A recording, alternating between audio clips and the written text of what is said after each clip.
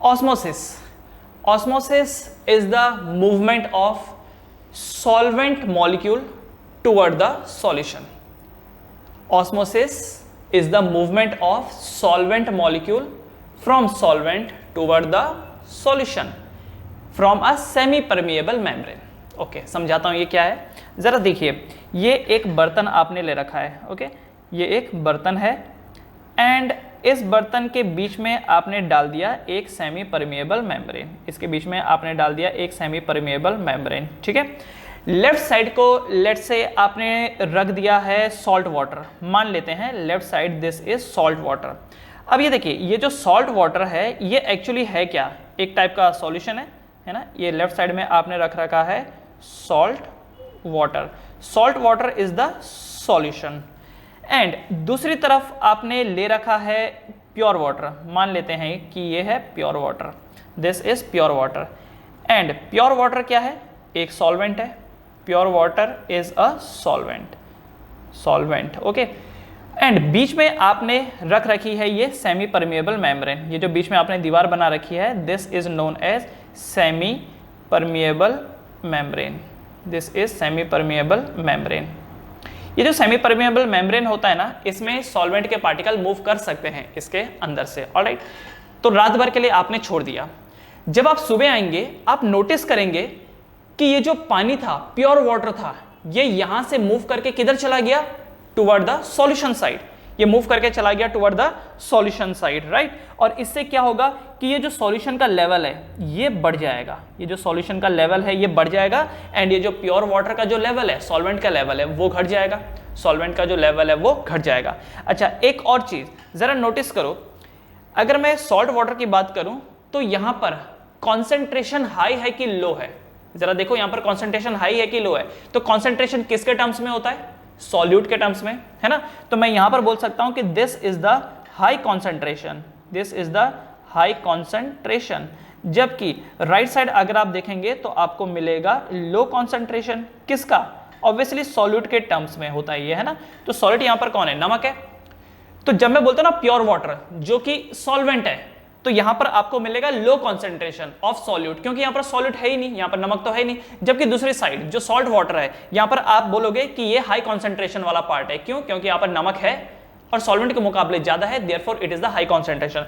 तो हुआ क्या, जब आप रात भर आपने छोड़ा इस चीज को, तो आपने नोटिस किया कि जो लिक्विड था वो सॉल्वेंट से कहां को मूव किया, सॉल्यूशन की तरफ। या ये बोल सकता हूं कि जो फ्लो हुआ लिक्विड का from low concentration to high concentration through a semi permeable membrane, and इसी फेनोमेनन को हम लोग बोलते हैं osmosis.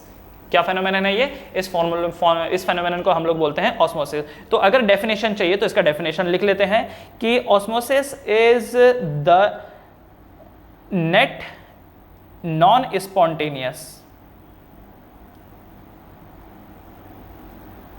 One second, sorry, it is the net spontaneous, it is the net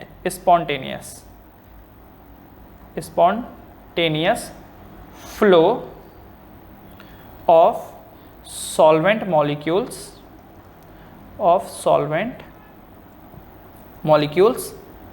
from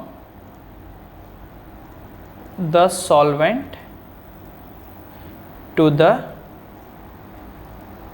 solution from or from a low concentration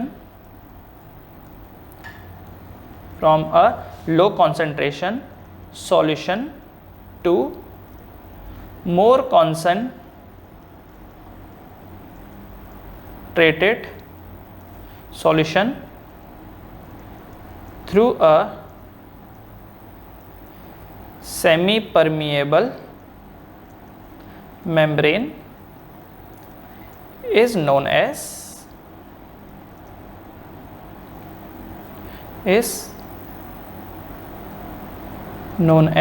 osmosis।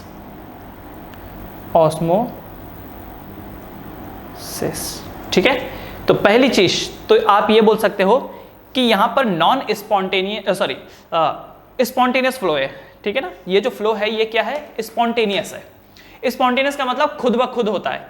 देखो non spontaneous वो होता है जो करवाना पड़ता है, और स्पॉन्टेनियस वो होते हैं जो अपने आप हो जाते हैं। जैसे अगर मुझे पानी को छत में चढ़ाना है, अगर मुझे पानी को छत की टंकी में चढ़ाना है तो मुझे पंप लगाना पड़ेगा, मुझे काम करना पड़ेगा, ठीक है। तो ये जो प्रोसेस है ये नॉन स्पॉन्टेनियस हो गया। लेकिन अगर पानी को ऊपर से नीचे गिरना है तो प्रोसेस इज स्पॉन्टेनियस। तो ये एक टाइप का नेट स्पॉन्टेनियस फ्लो है, ये अपने आप होता है। मैंने एक बर्तन लिया, बीच में सेमी परमिएबल मेम्ब्रेन डाला, एक तरफ उसके सॉल्वेंट डाला और एक तरफ सॉल्यूशन डाला, तो हुआ क्या, जो लिक्विड था वो सॉल्वेंट से मूव हुआ टुवर्ड द सॉल्यूशन, ठीक है, वो सॉल्वेंट से मूव हुआ टुवर्ड द सॉल्यूशन, और इसी को हम लोग बोलते हैं ऑस्मोसिस, इसी को हम लोग बोलते हैं ऑस्मोसिस। तो आप देखोगे कि लेफ्ट साइड का जो लेवल है वो बढ़ जाएगा। ये देख रहे हो यहां पर डायग्राम में देखो कि जो सॉल्ट वाटर का लेवल है ये बढ़ गया, एंड ये जो पानी का लेवल है ये घट गया। इसी फेनोमेनन को बोला जाता है ऑस्मोसिस, इसी को बोला जाता है ऑस्मोसिस। तो हाइट का यहां पर डिफरेंस आ जाता है। अब यहां पर एक सवाल आपके मन में आएगा कि सर ओके, सॉल्यूशन का लेवल बढ़ गया एंड सॉल्वेंट का लेवल घट गया, तो ये जो लेवल बढ़ेगा ये कितना बढ़ेगा, क्या ये बढ़ता ही चला जाएगा? नहीं, ये एक टाइम बाद रुक जाता है, ये एक टाइम बाद रुक जाता है, एक सर्टेन हाइट अटेंड करने के बाद ये रुक जाता है। अगर ये रुकेगा नहीं तब तो आपका काम आसान हो गया। कैसे आसान हो गया? आपने सोचा कि एक काम करते ना, हम लोग आज तक क्या करते थे, छत में पानी चढ़ाने के लिए मोटर लगाते थे। What we can do is, एक ऐसे वर्टिकल कॉलम बनाते हैं, एक तरफ प्योर वाटर डालेंगे, एक तरफ सॉल्ट वाटर डालेंगे, और ना प्योर वाटर में पानी भरते रहेंगे, सॉल्ट वाटर का लेवल अपने आप ऊपर चढ़ता जाएगा और ऊपर हमारी जो टंकी है उसमें गिरता जाएगा। तो भाई ऐसा नहीं होता है, ऐसा नहीं होता है, ठीक है ना। तो ये जो वाटर का लेवल है ये लेवल बढ़ेगा, ये जो सॉल्यूशन का लेवल बढ़ेगा, लेकिन एक सर्टेन लिमिट तक बढ़ेगा। क्यों? क्योंकि जैसे जैसे करके हाइट का डिफरेंस क्रिएट होगा, ये देख रहे हो आप इतना, ये क्या है, what is this, this is the height difference ना, राइट, ये क्या है, ये हाइट डिफरेंस है। और जितना ज्यादा हाइट डिफरेंस होता है, जितना ज्यादा हाइट डिफरेंस होता है उतना प्रेशर भी बढ़ता है। याद होगा आप लोगों ने वो पढ़ा था चैप्टर हाइड्रोस्टैटिक, उसमें आप लोगों ने पढ़ा था ना कि जितना लिक्विड कॉलम में हाइट बढ़ेगा उतना ही प्रेशर भी तो इंक्रीज होता है, राइट। याद होगा एक फॉर्मूला पढ़ा था, pressure equal to rho g h करके। बाय द वे ये जो एच होता था ये डेल्टा एच होता था, कि हाइट का जितना डिफरेंस होगा उतने ही प्रेशर में बदलाव आएगा। ये चीज आपने नोट किया होगा। तो इसीलिए ऐसा नहीं है कि ये बढ़ता चला जाएगा, नो, एक सर्टेन लिमिट तक ही ये बढ़ता है। ओके, सो एक बार फिर से, ऑस्मोसिस क्या होता है? The flow of liquid from low concentration to the high concentration, या फिर the flow of liquid from the solvent side to the solution side is known as osmosis, is known as osmosis. Osmosis में जो height बढ़ता है एक certain limit तक ही बढ़ता है। ऑलराइट, एक और शब्द आपने पढ़ा होगा डिफ्यूजन करके। क्या डिफ्यूजन और ऑस्मोसिस सेम होते हैं? सबसे पहले तो डिफ्यूजन समझते क्या होता है। मेरे पास एक परफ्यूम का एक था डब्बा था, मैंने जैसे दबाया ऊपर से बटन, परफ्यूम निकला फैल गया चारों तरफ। इस प्रोसेस को क्या बोलते हैं हम लोग? Diffusion. This is known as diffusion. मैंने दबाया और सारे का सारा जो गैस था वो निकल गया, फैल गया, इसे बोला जाता है डिफ्यूजन। डिफ्यूजन हमेशा हाई कॉन्सेंट्रेशन से लो कॉन्सेंट्रेशन की तरफ होता था। जो मेरे पास परफ्यूम का जो बॉटल रखी हुई थी, परफ्यूम के बॉटल के अंदर परफ्यूम का कॉन्सेंट्रेशन ज्यादा था और बाहर कम था। तो जैसे मैंने बटन दबाया, from high concentration to low concentration फैल गया, इसको बोला जाता है डिफ्यूजन। लेकिन ऑस्मोसिस में क्या होता है? ऑस्मोसिस में क्या होता है कि जो लिक्विड है वो लो कॉन्सेंट्रेशन से हाई कॉन्सेंट्रेशन की तरफ मूव कर रहा है, लो से हाई की तरफ ये मूव कर रहा है। ऑलराइट, अच्छा, ये जो सेमी परमिएबल मेम्ब्रेन होता है ये क्या होता है, मतलब ये किस चीज का बना होता है? तो एक बार जरा इसका भी देख लेते हैं हम लोग। ये जो हम बात करते हैं ना सेमी परमिएबल मेम्ब्रेन, ये जो सेमी परमिएबल मेम्ब्रेन होते हैं ये दो टाइप के होते हैं। एक होते हैं नेचुरल और एक होते हैं आर्टिफिशियल। आर्टिफिशियल मतलब जो बनाए जाते हैं, है ना। तो नेचुरल में जैसे कि पिग ब्लैडर, जो सुअर होता है पिग्स ब्लैडर को यूज किया जाता है, ठीक है, as a semi permeable membrane. दूसरा, आप किसी भी जानवर का मेम्ब्रेन उठा सकते हो जो जस्ट उसकी स्किन के अंडर होती है, ठीक है। ये जो आप स्किन उठाएंगे इसके नीचे एक मेम्ब्रेन होता है, ये जो आप स्किन उठाएंगे ना अंदर से, तो इसके नीचे एक मेम्ब्रेन होता है, उसको भी यूज किया जा सकता है as a semi permeable membrane. Alright, artificial में कौन कौन होते हैं? पार्चमेंट पेपर हो गया, पार्चमेंट पेपर हो गया, ओके, जैसे सेलोफेन हो गया, है ना। और जैसे कॉपर फेरोसाइनाइड, जैसे कॉपर फेरोसाइनाइड हो गया, जैसे silicate of iron, silicate of iron. ये जो कॉपर फेरोसाइनाइड है, सिलिकेट ऑफ आयरन है, इन सब को ना फ्रेशली प्रिपरेट किया जाता है, ठीक है, और इसको ना एक पोरस मटेरियल के ऊपर लिपापोती कर दी जाती है। मतलब एग्जांपल के लिए जैसे आपके पास एक छाननी हो गई, अब छाननी के तो बड़े बड़े छेद हो गए, तो उस बड़े बड़े छेद जो हैं वो तो काम नहीं आएंगे, तो उनके छेदों का साइज थोड़ा छोटा करना होगा। तो ये जो कॉपर फेरोसाइनाइड हो गया या फिर सिलिकेट ऑफ आयरन हो गया, इसको ये जो फ्रेशली प्रिपेयर्ड है उसको इसके ऊपर ऐसा पोत दिया जाता है, जिसकी वजह से इसके जो छेद होते हैं वो छोटे छोटे हो जाते हैं। And this act as a semi permeable membrane, ये एक्ट करता है as a semi permeable membrane के जैसा, ठीक है। तो दो टाइप के हो गए, नेचुरल एंड आर्टिफिशियल। अब दूसरा देखिए, ऑस्मोटिक प्रेशर। ऑस्मोसिस तो आपने समझ लिया, ऑस्मोटिक प्रेशर क्या होता है? Let's see the osmotic pressure. Osmotic pressure. Now अब आप एक बात समझिए, आपने ये जो पानी एंड ये जो सॉल्यूशन, इनको जब साइड में रखा और बीच में सेमी परमिएबल मेम्ब्रेन रखा, तो आपने क्या नोटिस किया कि जो पानी है वो फ्लो हो रहा है किस तरफ? सॉल्यूशन की तरफ। तो सॉल्यूशन का लेवल बढ़ रहा है। आप नहीं चाहते कि सॉल्यूशन का लेवल बढ़े, आप नहीं चाहते सॉल्यूशन का लेवल बढ़े। आपने यहां पर क्या किया, जरा नोटिस करिए, आपने यहां पर ऊपर एक वो लगा दिया, एक ढक्कन लगा दिया ऐसे करके, ठीक है, एक ढक्कन लगा दिया। और ये ढक्कन नहीं है, एक्चुअली ये एक पिस्टन है, ये एक पिस्टन है। आप नहीं चाहते थे कि पानी सॉल्यूशन की तरफ आए, क्योंकि सॉल्यूशन की तरफ आता है तो पिस्टन ऊपर को उठता है। आपने बोला नहीं नहीं नहीं, पानी इधर नहीं आने का, तो आपने क्या किया, रिवर्स प्रेशर लगाया, रिवर्स प्रेशर लगाया डाउनवर्ड साइड में, ताकि जो पानी लेफ्ट की तरफ मूव कर रहा था वो रुक जाए, जो पानी लेफ्ट की तरफ मूव कर रहा था वो रुक जाए। और जितना आप ये प्रेशर लगाएंगे उसी को बोला जाता है ऑस्मोटिक प्रेशर। एक बार फिर से समझाता हूं, देखो, सॉल्वेंट सॉल्यूशन की तरफ मूव करता है, सॉल्वेंट सॉल्यूशन की तरफ मूव करेगा तो सॉल्यूशन का लेवल बढ़ जाएगा, ऊपर को आ जाएगा। आप नहीं चाहते कि ऑस्मोसिस हो, ये जो सॉल्यूशन है उसका लेवल बढ़े, तो आपने ऊपर से क्या किया, प्रेशर अप्लाई कर रहे हो, ऊपर ढक्कन लगा के आप प्रेशर अप्लाई कर रहे हो नीचे की तरफ कि नहीं आने का, ऊपर नहीं आने का। तो ये जो आप प्रेशर अप्लाई करेंगे, ये जो आप प्रेशर अप्लाई करेंगे, इस प्रेशर को कहा जाता है ऑस्मोटिक प्रेशर। तो ऑस्मोटिक प्रेशर वो प्रेशर है जो सॉल्यूशन के ऊपर अप्लाई किया जाता है ताकि ऑस्मोसिस रुक जाए, is known as osmotic pressure, ठीक है, is known as osmotic pressure. तो आप चाहो तो लिख सकते हो, osmotic pressure is the pressure, osmotic pressure is the pressure, osmotic pressure is the pressure applied on the solution side, applied on the solution side to stop the osmosis, to stop the osmosis। osmotic pressure वो pressure है जो solution के side आपको लगाना पड़ेगा ताकि osmosis रुक जाए। it is denoted pi, it is denoted by pi। इसको पाई से डिनोट किया जाता है, इसको पाई से डिनोट किया जाता है। याद रखिए, ये जो प्रेशर है, ये जो प्रेशर है, ये ऑस्मोसिस को रोकना चाहिए। मतलब पानी जब सॉल्यूशन की तरफ को मूव कर रहा है तो सॉल्यूशन ऊपर बढ़ रहा है, आपको सिर्फ रोकना है, आपको उल्टा नहीं लेके जाना है। समझ में आया? ये जो पाई जो प्रेशर है, इससे ज्यादा प्रेशर मत लगा दीजिएगा, ठीक है, इससे ज्यादा प्रेशर नहीं लगा दीजिएगा, नहीं तो उल्टा हो जाएगा। क्या उल्टा हो जाएगा कि जो सॉल्यूशन है उसमें से पानी फिर इसकी तरफ मूव करने लगेगा, सॉल्वेंट की तरफ मूव करने लगेगा, फ्रॉम हाई टू लो। अगर आपने जरूरत से ज्यादा प्रेशर लगा दिया, आपको सिर्फ रोकना है ऑस्मोसिस को, उसको रिवर्स नहीं कर देना है, वरना रिवर्स ऑस्मोसिस हो जाएगा। जरूरत से ज्यादा प्रेशर लगा देंगे तो रिवर्स ऑस्मोसिस हो जाएगा, हमको जरूरत से ज्यादा नहीं लगाना है। ओके, तो ये जो ऑस्मोटिक प्रेशर होता है इसको पाई से डिनोट किया जाता है। अब इसके बारे में पता लगाया गया कि ये जो ऑस्मोटिक प्रेशर है ये किस पे डिपेंड करता है। तो कुछ कुछ कंक्लूजन मिले यहाँ से। क्या क्या कंक्लूजन मिले, एक एक करके देखते हैं। सबसे पहला जो कंक्लूजन यहाँ पर देखने मिला कि ये जो पाई है, ये जो पाई है ये डिपेंड करता है कॉन्सेंट्रेशन पे।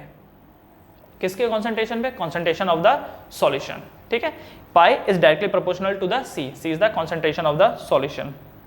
यहां पर चाहिए तो लिख दो C is the molar concentration, C is the molar concentration of solution. Okay, और ये क्या होगा? मोलार कॉन्सेंट्रेशन मतलब क्या होता है? आपको मालूम है ना, मोलरिटी। मोलरिटी क्या? Number of moles per unit volume, n by v, है ना। तो ये जो C होता है बेसिकली ये n बाई वी होता है। C जो है ये n डिवाइडेड बाई v होता है। दूसरी चीज पता लगाया गया, ये जो पाई है directly proportional to the temperature है, directly proportional to the temperature, मतलब कि ये जो ऑस्मोटिक प्रेशर है वो directly proportional to the temperature है। सबसे पहली बात समझिए, अगर सॉल्यूशन का कॉन्सेंट्रेशन बहुत ज्यादा है तो आप देखेंगे कि जो सॉल्वेंट का जो बहाव है सॉल्यूशन के साइड वो ज्यादा हो रहा है, मतलब आपको ज्यादा ताकत लगानी पड़ेगी उनको रोकने के लिए। दूसरा, टेम्परेचर अगर ज्यादा होगा तो भी आपको ज्यादा ताकत लगानी पड़ेगी उसको स्टॉप करने के लिए, ऊपर से ज्यादा ताकत लगानी पड़ेगी ताकि आप ऑस्मोसिस को रोक पाएं। Pi is directly proportional to the temperature, right. अगर मैं इन दोनों इक्वेशन को आपस में कंबाइन कर दूं तो मुझे मिलेगा by 1 and 2 I will get pi directly proportional to C into T, which implies, अगर मैं यहां पर प्रोपोर्शनल का साइन हटा दूं तो क्या मिलेगा, pi equal to CRT, pi equal to CRT। What is this R? R is known as universal gas constant. R जो है वो है universal gas constant, it is universal gas constant, universal gas constant, ठीक है। अब आप बोलोगे sir ये तो देखा देखा सा लग रहा है, पाई इक्वल टू CRT, ये तो देखा देखा सा लग रहा है, मुझे कुछ ऐसा याद आ रहा है, PV इक्वल टू NRT करके हमने पढ़ा था, क्या ये वैसा ही है? लगभग वैसा ही है ये। देखो आप एक चीज नोटिस करो, जो यहां पर मैं लिख रहा हूं ना पाई, तो पाई को मैं पाई ही लिखता हूं, ठीक है। पाई क्या रिप्रेजेंट कर रहा है? प्रेशर ही तो रिप्रेजेंट कर रहा है वो। C का मतलब क्या हो गया? कॉन्सेंट्रेशन। कॉन्सेंट्रेशन क्या होता है? नंबर ऑफ मोल्स पर वॉल्यूम, N/V हो गया, इनटू RT। अब आप एक काम करो, V को दूसरी तरफ लेके चले जाओ तो क्या बनेगा ये, पाई V इक्वल टू NRT। जब आप आइडियल गैस की बात करते थे तो PV इक्वल टू NRT होता था, यहाँ पर पाई V इक्वल टू NRT है, वहां पे P मतलब प्रेशर के लिए अप्लाई किया गया था, यहाँ पर पाई जो है वो भी तो प्रेशर है, ठीक है। तो ये फॉर्मूला एग्जैक्टली वैसा ही है, ये जो फॉर्मूला है ये भी एग्जैक्टली वैसा ही है, ओके। अब ये सब क्यों हुआ, जरा इसको समझने की कोशिश करते हैं, ये सब क्यों हुआ? क्यों जो लिक्विड था वो सॉल्वेंट से मूव करके सॉल्यूशन की तरफ बढ़ गया? क्या इसमें वेपर प्रेशर का कोई रोल है? क्योंकि अगर हम लोग वेपर प्रेशर की बात कर रहे हैं तो उसमें एलिवेशन तो चलो आपने समझ लिया, फ्रीजिंग भी समझ लिया, ऑस्मोसिस जो है क्या ये भी कहीं ना कहीं वेपर प्रेशर से रिलेटेड है? यस, समझिए इसको। देखिए ये जो है प्योर सॉल्वेंट की तरफ आप देखेंगे, ये जो वाटर है प्योर सॉल्वेंट, इसकी तरफ देखिए, क्या प्योर सॉल्वेंट के ऊपर वेपर प्रेशर ज्यादा होगा as comparative to the solution? जरा नोट करो, क्या ऐसा होगा?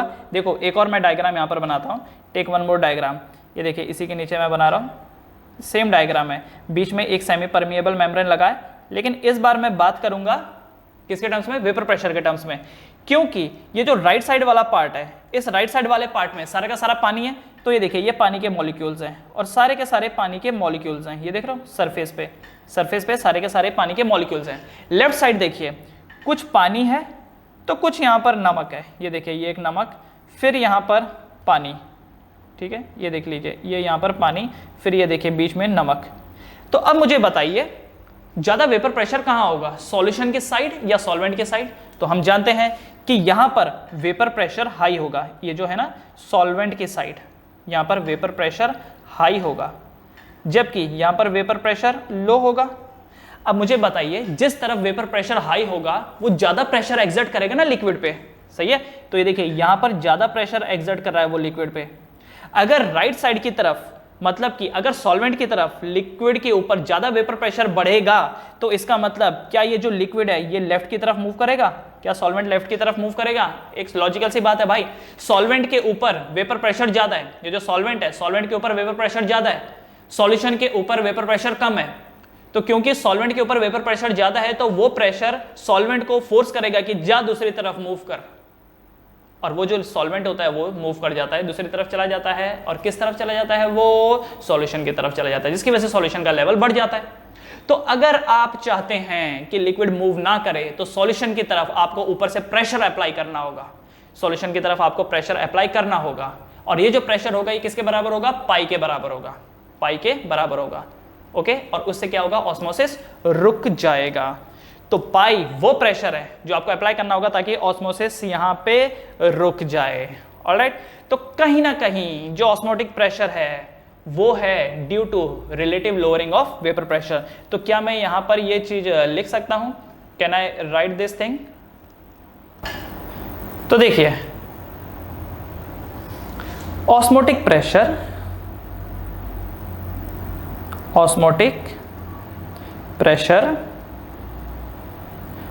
पाई is directly proportional to the relative lowering of vapor pressure. Relative lowering of vapor pressure. That means P naught minus P divided by P. यही होता है ना relative lowering, delta P by P, delta P by P, यही होता है. Okay तो osmotic pressure is directly proportional to the relative lowering of vapour pressure. Okay it is directly proportional to the relative lowering of vapour pressure. Relative lowering of the vapour pressure. अगर vapour pressure में relative lowering नहीं होता left hand side and right hand side तो आपको osmosis नहीं देखने मिलना था. जितना वेपर प्रेशर राइट साइड वाला लिक्विड दे रहा है अगर उतना ही लेफ्ट साइड वाला लिक्विड भी दे तो हिसाब किताब आता नहीं है. ठीक है तो relative lowering of vapour pressure की वजह से ये ऑस्मोटिक प्रेशर वाला फंडा राइज कर रहा है. एक और चीज जरा देखिए, अगर मैं एट अ कांस्टेंट टेम्परेचर की बात करूं, let's say at constant temperature, अगर number one at constant temperature, number one अगर if concentration 1 equal to concentration 2, मतलब कि दो लिक्विड है यहां पर, एक का कॉन्सेंट्रेशन है C1 और एक का कॉन्सेंट्रेशन है C2. देखिए ऑस्मोसिस कब राइज होता है, जब एक का कॉन्सेंट्रेशन अलग हो लिक्विड का और दूसरे लिक्विड का कॉन्सेंट्रेशन अलग हो, दोनों का कॉन्सेंट्रेशन अलग है. अगर अलग अलग होगा तो डेफिनेट सी बात है एक हाई पे होगा और एक लो पे होगा, तो लिक्विड लो से हाई कॉन्सेंट्रेशन की तरफ फ्लो करेगा. ठीक है टेम्परेचर यहां पर सेम है एंड कॉन्सेंट्रेशन भी अगर सेम हो गया, ध्यान दीजिए अगर टेम्परेचर सेम है कॉन्सेंट्रेशन भी सेम हो गया तो इसका मतलब क्या है, विच एम्प्लाइज कि ये जो π1 होगा ये π2 के बराबर होगा. π1 विल बी इक्वल टू π2. ऐसे सॉल्यूशंस को हम लोग बोलेंगे isotonic solution. This solution will be known as isotonic solution. ठीक है एक पर्टिकुलर टेम्परेचर पे अगर दो लिक्विड का कॉन्सेंट्रेशन सेम है तो ऑस्मोटिक प्रेशर भी सेम होगा और ऐसे लिक्विड्स को कहा जाएगा आइसोटोनिक सॉल्यूशन. ओके दूसरा, अगर C1 छोटा है C2 से, इसका मतलब π1 छोटा है π2 से, है ना. तो इन दैट केस ये जो C1 है इसे कहा जाएगा हाइपोटोनिक सॉल्यूशन एंड ये जो C2 है इसे कहा जाएगा हाइपरटोनिक सॉल्यूशन. अरे आप एक बात समझिए, कॉन्सेंट्रेशन कम है तो हाइपोटोनिक और अगर ज्यादा है तो हाइपरटोनिक. बोलते ना हाइपर हो गया भाई बंदा हाइपर हो गया. हाइपर हो गया का मतलब ज्यादा हो गया. ठीक है बस सीधा सा फंडा है यहां पर. ओके एक बात और समझिए, brine solution 0.91% NaCl in water is called as brine solution. ठीक है कितना 0.91%. ये एक्स्ट्रा नॉलेज है यहां पर मैं लिख देता हूं. देखिए 0.91% NaCl इन वाटर, इसको बोला जाता है ब्राइन सॉल्यूशन. ऑलराइट ये ना आपकी बॉडी के सेल्स टिश्यूज इनको प्रिजर्व करने के लिए एक बहुत अच्छा कॉन्सेंट्रेशन है. जैसे एक एग्जांपल ले लेते हैं, आपका खून. आपका जो खून है, आपके खून का जो लिक्विड है, लेट्स से कि उसके अंदर का कॉन्सेंट्रेशन 0.91 है, मतलब उसमें ज़्यादा, मतलब उसमें 0.91% नमक है आपके ब्लड में. ब्लड में ब्लड सेल्स भी होते हैं, तो 0.91% अगर उसमें नमक है तो एक बहुत अच्छी बात है. मान लो अगर आपके ब्लड में नमक का कंटेंट 0.91% से कम हो गया तो ऐसे को बोला जाएगा हाइपोटोनिक सॉल्यूशन. क्या बोला जाएगा इसको, हाइपोटोनिक सॉल्यूशन. चलिए ब्लड छोड़ दीजिए, आप एक समझ लीजिए कि एक बर्तन है, उसमें आपने एक सेल को रखा हुआ है. एक बर्तन है, ये देखिए ये एक बर्तन है, इसमें लिक्विड भरा हुआ है और इसके अंदर आपने एक सेल को रखा हुआ है प्रिजर्व करने के लिए. एक सेल को रखा है प्रिजर्व करने के लिए. ये एक हाइपोटोनिक सॉल्यूशन है. दैट मीन्स लेस देन 0.91% इसमें NaCl है इन वाटर. ऐसे में क्या होगा, समझिए इस बात को. बाहर जो है वो जो लिक्विड है, लिक्विड में 0.91% से कम की मात्रा है NaCl की, तो बाहर का कॉन्सेंट्रेशन कम हो गया और सेल के अंदर नमक का कॉन्सेंट्रेशन कैसा है, ज्यादा है. देखो कंपैरेटिवली अंदर ज्यादा है और बाहर कम है, तो बाहर का जितना भी लिक्विड होगा वो अंदर को घुस जाएगा. ठीक है ये देखिए ये सेल है, तो बाहर का जो लिक्विड है वो अंदर की तरफ मूव कर जाएगा और इसकी वजह से क्या होगा, ये जो सेल है ये कैसे हो जाएगा, स्वॉलो, ठीक है, क्या हो जाएगा, ये स्वेल अप हो जाएगा, इट विल स्वेल। क्यों?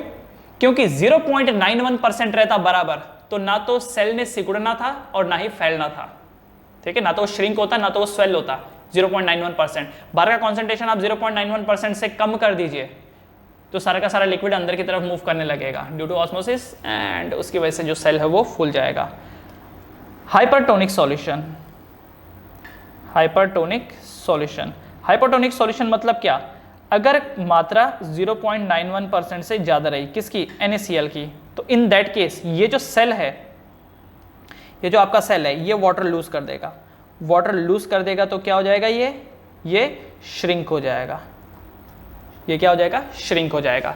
तो इस चीज़ का बहुत अच्छा ख्याल आपको रखना है कि आपके बॉडी में जो खून बह रहा है उसमें नमक का कंटेंट मेंटेन रहे, ना तो कम हो और ना ज़्यादा हो। अगर नमक का कंटेंट कम हो गया तो उससे क्या होगा कि ये जो सेल है ये सूज जाएगा, और अगर नमक का कंटेंट ज़्यादा हुआ तो ये श्रिंक हो जाएगा। So you have to balance that, okay. कुछ फेनोमेनन्स है ऑस्मोसिस के जो आपने डेली लाइफ में भी देखे होंगे, जैसे अचार बनाते वक्त आपने नोटिस किया होगा उसमें नमक डालते हैं, तो नमक डालने से क्या होता है, जैसे ये आम का अचार आप बना रहे हैं तो आप क्या करते हैं, नमक डालते हैं, है ना, नमक डालते हैं, विनेगर डालते हैं, उससे होता क्या है कि जो मैंगो है उसके अंदर का पानी बाहर निकल आता है, ऑस्मोसिस, अंदर का जो पानी है वो बाहर निकल आता है, और जो आम का साइज है वो सिकुड़ जाता है, ठीक है, वो जो आम का साइज होता है वो सिकुड़ जाता है, राइट, अचार बनाते वक्त। दूसरा, कभी आपने नोटिस किया होगा कि अगर आप कहीं से एक मुरझाया हुआ फूल या एक छोटी सी कली हो गया व्हाटएवर, अगर आप उसको लेके आते हैं और पानी में डिप कर देते हैं रात भर, तो आप देखेंगे सवेरे तक वो अच्छा सा खिल जाएगा। क्यों? क्योंकि जो पानी है वो बाहर से एंटर कर जाएगा उसकी बॉडी में through semi permeable membrane, alright. और ये जो फेनोमेनन है, ये फेनोमेनन भी क्या हो गया, this is also called as osmosis, ये भी ऑस्मोसिस की वजह से ही हुआ है, ठीक है। अच्छा, और जैसे आपने नोट किया होगा कि जैसे चिकन बनाते वक्त अगर आप उसमें नमक डाल दें ऊपर, तो जो चिकन हो गया या मटन हो गया उसके अंदर का जो पानी होता है ना वो निकल करके बाहर आ जाता है। अब जब वो निकल करके बाहर आ जाएगा तो क्या होगा, जो सड़ने वाली जो चीज़ है, मतलब अगर चिकन मटन के अंदर पानी का कंटेंट रहेगा तो उसके सड़ने के चांसेस ज़्यादा हैं, तो उसके ऊपर नमक छिड़क देने से क्या होता है, अंदर का पानी बाहर आ जाता है और उस वजह से वो अच्छा खासा प्रिजर्व हो जाता है, ठीक है। तो कुछ एग्जाम्पल्स हैं ऑस्मोसिस के। हाँ, एक और एग्जाम्पल हो गया, जैसे पेड़ पौधों को जब पानी चाहिए होता है तो उनकी जो रूट होती है, जड़ें, उसकी टिप पे ऑस्मोसिस का ही प्रोसेस होता है। उसकी जो टिप होती है उसमें क्या होता है कि बाहर से जो लिक्विड है वो अंदर एंटर कर जाता है, ठीक है, और उसके थ्रू ऊपर चला जाता है वो। तो जो पौधे पानी लेते हैं वो भी एक टाइप का ऑस्मोसिस है। अब इसके ऊपर कुछ न्यूमेरिकल्स करते हैं ताकि ये जो हमने फॉर्मूले पढ़े हैं ये और क्लियर हो जाएं। ये क्वेश्चन है, calculate the osmotic pressure at 273 kelvin of 5% solution of urea. Urea का मॉलिक्यूलर मास दे रखा है 60, आर की वैल्यू दे रखी है 0.0821 लीटर एटीएम पर डिग्री पर मोल, ओके। तो चलो देख लेते हैं टेम्परेचर यहाँ पर कितना है, तो टेम्परेचर है 273 केल्विन। सॉल्यूशन कैसा है, 5%। यूरिया का जो सॉल्यूशन है वो कैसा है, 5% सॉल्यूशन है ना। 5% सॉल्यूशन होने का मतलब क्या है कि यूरिया जो है अगर 5 ग्राम है, यूरिया जो है वो 5 ग्राम है, तो 5 ग्राम मतलब क्या हो गया, given mass of the solute, है ना। तो 5 ग्राम किस में, ऑब्वियसली 100 ml ऑफ वाटर में। तो इसका मतलब वाटर कितना है, वाटर इज 100 ml, वाटर जो है वो यहां पर कितना है 100 ml, राइट। तो जो 100 ml है ये क्या हो जाएगा यहां पर WA, लेकिन WA नहीं लिखना चाहिए क्योंकि WA तो वजन होता है ना, ये तो 100 ml हो गया। 100 ml जो है ये तो वॉल्यूम हो गया, तो this is not be WA, actually this will be the volume. Volume will be 100 ml। 100 ml का मतलब कितना हो गया 0.1 litre, this is the volume. Molar mass कितना है MB 60 और R का वैल्यू तो दिया है। फॉर्मूला क्या है यहां पर, pi equal to NYV RT, right. चलो देख लेते हैं, which implies pi is equal to number of mole. Number of mole क्या होगा, given mass by molar mass, given mass कितना है यहाँ पर 5 ग्राम। मोलर मास कितना है, मोलर मास है 60 gram divided by volume 0.1 litre. R की वैल्यू कितनी 0.0821। टेम्परेचर कितना 273 केल्विन। सही है, ज़रा चेक करो। 5 ग्राम डिवाइडेड बाय 60 हो जाएगा into 0.0821 into 273 divided by 0.1। Correct. अब आप इसको सॉल्व कर लीजिए। चलिए इसको मैं ऐसे लिख देता हूँ, पाई 5 divided by 60 into 0.0821 into 273 into 0.1 है ना, क्या ATM। तो सॉल्व कर लीजिए। सॉल्व करने के बाद जो आपको पाई का वैल्यू मिलेगा वो होगा 18.68 ATM। That will B 18.68 ATM। Alright, चलो एक और क्वेश्चन कर लेते हैं। बहुत ही सिंपल क्वेश्चन है ये। Calculate the osmotic pressure of 0.01 molar solution of cane sugar at 300 kelvin. Okay, osmotic pressure मतलब पाई निकालना है। तो क्या क्या गिवन है आपके पास? ओके, हमारे पास डायरेक्टली द मोलार सॉल्यूशन दिया हुआ है 0.01, तो कॉन्सेंट्रेशन इज 0.01 m। उसके बाद टेम्परेचर इज 300 केल्विन। आर का वैल्यू है 0.0821 है ना। तो चलो देख लेते हैं formula. Pi equal to CRT होता है, pi equal to CRT, pi equal to CRT। तो देखो क्या बना यहाँ पर, पाई इक्वल टू C कितना है 0.01 इंटू C कितना है, अच्छा C तो लिख दिया, R 0.0821 into T 300 divided by कुछ नहीं, डिवाइडेड बाय कुछ नहीं, क्योंकि डिवाइड कहाँ है यहाँ पर, डायरेक्टली CRT है ना।